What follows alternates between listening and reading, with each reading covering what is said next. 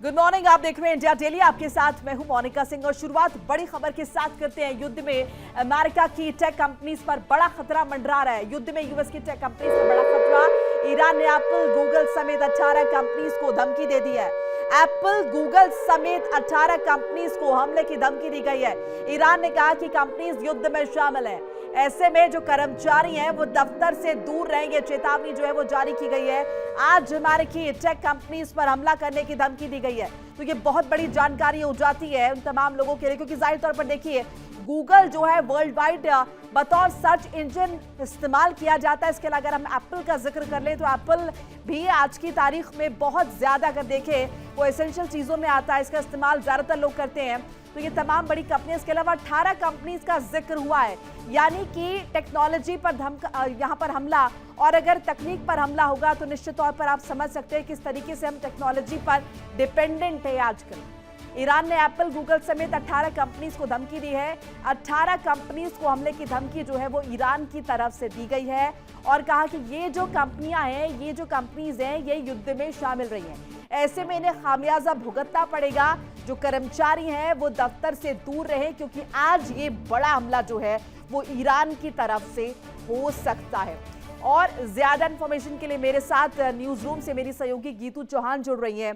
गीतू, ये बहुत बड़ी खबर हो जाती है जिस तरीके से ईरान ने यहाँ पर धमकी दी है।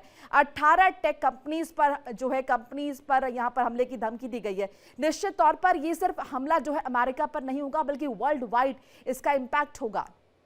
बिल्कुल, और निशाना बनाने की कोशिश की जाएगी इन 18 कंपनियों को। हालांकि जिस तरह से धमकी दी गई है और पहले ही चेता दिया गया है, समय दिया गया है रात के 8 बजे, यानी 8 बजे यहाँ पर सभी कर्मचारियों से कहा जा रहा है कि जो भी इन कंपनियों में काम करते हैं वो तुरंत इन कंपनियों को छोड़ दें, क्योंकि इनडायरेक्टली और डायरेक्टली किसी तरीके से भी ये भी कहीं ना कहीं युद्ध में सहायक बन रही हैं। और शायद यही वजह है जिसके चलते यहाँ पर ये धमकी दी जा रही है ईरान की तरफ से। इन 18 टेक कंपनियों को उड़ा दिया जाएगा या फिर इन पर ब्लास्ट ऐसा किया जाएगा कि इनको एक बड़ी क्षति पहुंचती हुई दिखाई देगी। और कुल मिलाकर ये एक तरह से थ्रेट है सीधे तौर पर, और इसका एक बड़ा और व्यापक असर भी देखने को मिलेगा अंतर्राष्ट्रीय मंच की। अगर हम बात करते हैं तो जितनी भी कंपनियां हैं और जिस तरह से पूरे विश्व की अगर हम बात करें तो सभी जगह इन कंपनियों से जुड़े हुए लोग भी शामिल हैं। और ऐसे में एक बड़ा नुकसान यहाँ पर हो सकता है, एक बड़ा इम्पैक्ट हो सकता है अगर हम बात करें विश्व के ज्यादातर देशों में। और शायद ये कोशिश है ईरान की कि अगर हम इस तरह से एक बड़ा इम्पैक्ट करेंगे तो एक तरह से प्रेशर जो है वो अमेरिका पर पड़ेगा। दबाव की रणनीति यहां पर चल रहा है अमेरिका,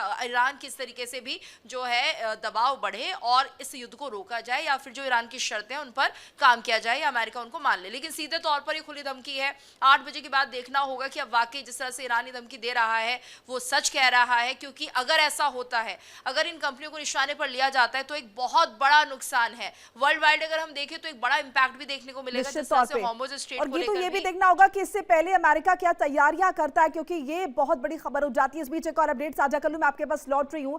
अमेरिकी राष्ट्रपति डोनाल्ड ट्रंप ने बड़ा ऐलान भी कर दिया, ईरान से जंग खत्म कर देगा अमेरिका। ये राष्ट्रपति डोनाल्ड ट्रंप की तरफ से कहा गया। 2 से 3 हफ्ते में ईरान छोड़ देंगे, ये राष्ट्रपति डोनाल्ड ट्रंप की तरफ से कहा गया। ईरान के साथ किसी समझौते की जरूरत नहीं है, ये राष्ट्रपति डोनाल्ड ट्रंप की तरफ से कहा गया है। वही राष्ट्रपति डोनाल्ड ट्रंप जो लगातार ये कह रहे थे कि ईरान समझौता करे, वो अब ये कह रहे हैं कि ईरान के साथ किसी भी समझौते की जरूरत नहीं है, दरकार नहीं है। परमाणु हथियार को लेकर हमारा लक्ष्य पूरा हो चुका है, ये ट्रंप का कहना है। एक बार फिर से गीतू का रुख करते हैं। गीतू, ये राष्ट्रपति डोनाल्ड ट्रंप बार-बार स्टेटमेंट्स बदल रहे हैं। अब उनका ये कहना है कि ईरान के साथ समझौते की जरूरत नहीं। क्यों? क्योंकि समझौता हो नहीं पा रहा।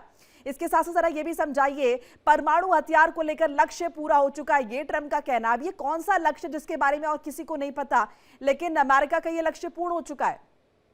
देखिए, जो ट्रंप हैं उनके बयान हर पल बदलते रहते हैं, इसलिए उनके बयानों पर विश्वास तो नहीं किया जा सकता। लेकिन कहा जा सकता है साइकोलॉजिकली ज़्यादा जो ट्रंप है वो खेलना चाहते हैं।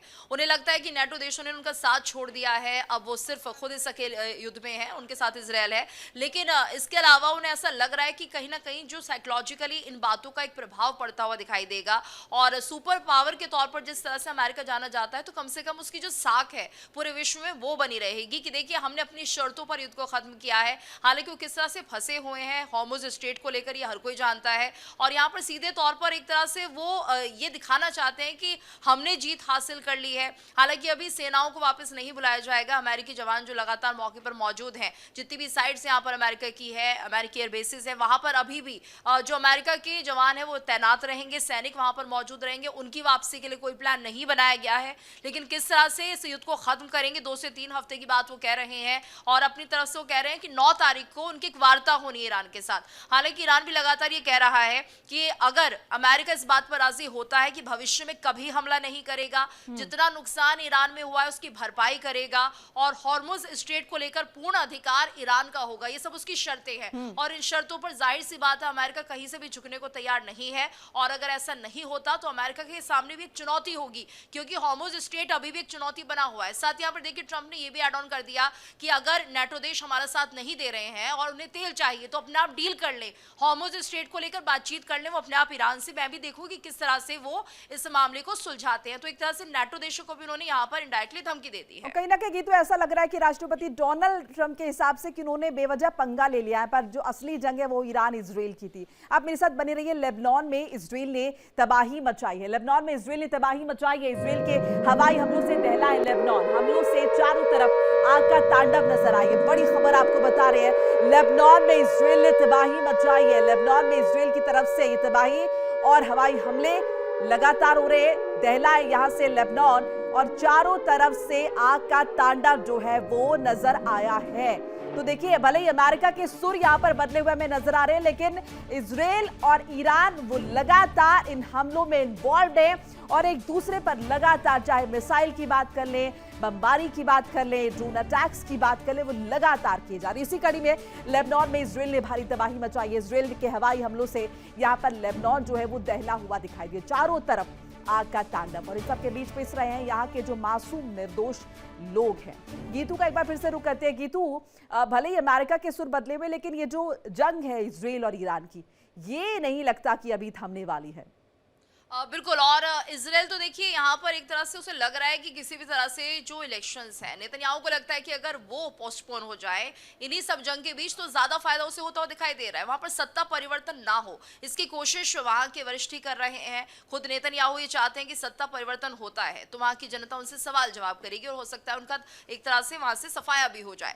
तो वो चाहते ही नहीं है कि जंग किसी भी तरह से रुके, इसलिए लगातार जो है हमले किए जा रहे हैं। कल कुछ ऐसी तस्वीरें आई थी मोनिका जो वाकई दिल दहलाने वाली थी। और वहाँ के जो लोग थे, यानी कि ईरान के जो लोग थे, लगातार यही सवाल उठा रहे थे कि देखिए जिस तरह से हमले किए जा रहे हैं हम पे, और एक तरह से एक नीति होती है, युद्ध नीति के तहत जो आम नागरिक है उन्हें निशाना नहीं बनाया जाता है, बॉर्डर्स पर ये जंग लड़ी जाती है। लेकिन अब सारे जो रूल्स हैं, सारी नीतियां हैं, वो सब एक तरह से खत्म हो गई है। कोई भी तरीके से जो है इसको फॉलो नहीं कर रहा है। और शायद यही वजह जिसके चलते लोग जो है वो परेशान हो रहे हैं, सड़कों पर भी आ रहे हैं। अगर हम बात करें इसराइल के लोगों की, उनमें भी गुस्सा है कि देखिए आप हमारी तरक्की के लिए कुछ नहीं सोच रहे हैं, लगातार उनके शहर में बमबारी हो रही है, तो वो सड़कों पर नजर भी आ रहा है। एक अपडेट और साझा कर ले, मैं आपके पास लौट रही हूँ। देखिए, बड़ी खबर आ रही है। इन सब के बीच बताते चले कि IRGC एरोस्पेस फोर्स के कमांडर मुसावी की तरफ से दावा किया गया। IRGC एरोस्पेस फोर्स के कमांडर मुसावी का दावा, अमेरिकी ठिकानों पर निशाना साधा गया। अमेरिकी पायलट और एयर क्रू के आवास बने हैं टारगेट। क्षेत्र में तनाव बढ़ा है, हालात पर पूरी दुनिया की नजर है। बड़ी जानकारी आपके साथ साझा करें। IRGC एरोस्पेस फोर्स के कमांडर मुसावी की तरफ से यह दावा किया गया। आपको वो बाकायदा पोस्ट भी दिखा रहे हैं जिसमें उन्होंने जिक्र किया है, दावा किया है।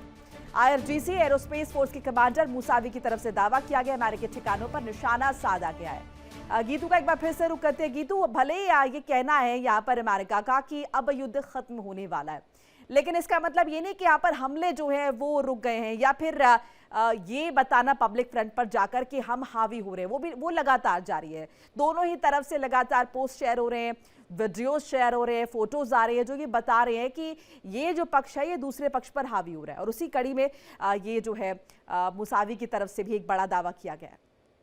बिल्कुल, और एक बड़ा नुकसान पहुंचाने की कोशिश यहाँ पर है। किस तरह से पायलट्स को आप हमले के टारगेट पे ले या फिर जो एयर क्रू है उन पर बम्बार्डिंग करे, तो कुल मिलाकर जितना हो सकता है नुकसान यहाँ पर करने की कोशिश की जा रही है। जितना डैमेज हो सकता है एक देश दूसरे देश पर यही करता हुआ दिखाई दे रहा है, और किसी भी तरह से दबाव की जो रणनीति है उस पर काम होता हुआ यहाँ पर ज्यादा दिख रहा है कि किसी भी तरह से जो जंग है वो इतनी ज्यादा एस्केलेट हो जाए कि दूसरा पक्ष उस पे या तो किसी तरीके से समझौता करने के लिए मजबूर हो जाए या फिर किसी तरह से दूसरा रास्ता निकालने के लिए मजबूर हो जाए, या फिर जो एक पक्ष कह रहा है उसकी बातों पर शर्तों पर मान लिया जाए। और यहाँ पर देखिए कोई किसी से कम नजर नहीं आ रहा है। शायद अमेरिका ने ईरान को कम आंक लिया और अब उसके लिए बहुत सारी चुनौतियां खड़ी हो गई हैं। पहली चुनौती तो यही रही कि नेटो देशों ने अमेरिका का साथ छोड़ दिया, शायद उसने सोचा नहीं होगा। ईरान की तरफ से भी शायद उसको बिल्कुल ये पता नहीं था कि होर्मुज स्ट्रेट इतनी बड़ी ताकत उसके लिए बन जाएगा, और अंदाजा उसको बिल्कुल नहीं था। तभी उसने कहा कि अब हमारे पास डू एंड डाई की सिचुएशन है, या तो हम जिएंगे या फिर हम मरेंगे। और सीधे तौर पर उन्होंने यहाँ पर एक तरह से जब लड़ाई अपनी जारी रखी, कहीं भी किसी भी तरीके से पीछे हटने की उन्होंने नहीं सोची। तो अब कुल मिलाकर अगर हम देखें इस युद्ध के बाद ये जो जियोपॉलिटिक्स है इसमें बहुत ज्यादा चेंजेस तो हैं वो देखने को मिलने वाले। बहरहाल बहुत बहुत शुक्रिया आपका तमाम जानकारी अपडेट साझा करने के लिए। देखिए इंडिया डेली 24/7 अब आपकी स्मार्ट टीवी पर। इंडिया डेली मौजूद है सभी डिजिटल प्लेटफॉर्म पर लाइव और लगातार। इंडिया डेली 24/7 हर दिन राष्ट्र को समर्पित।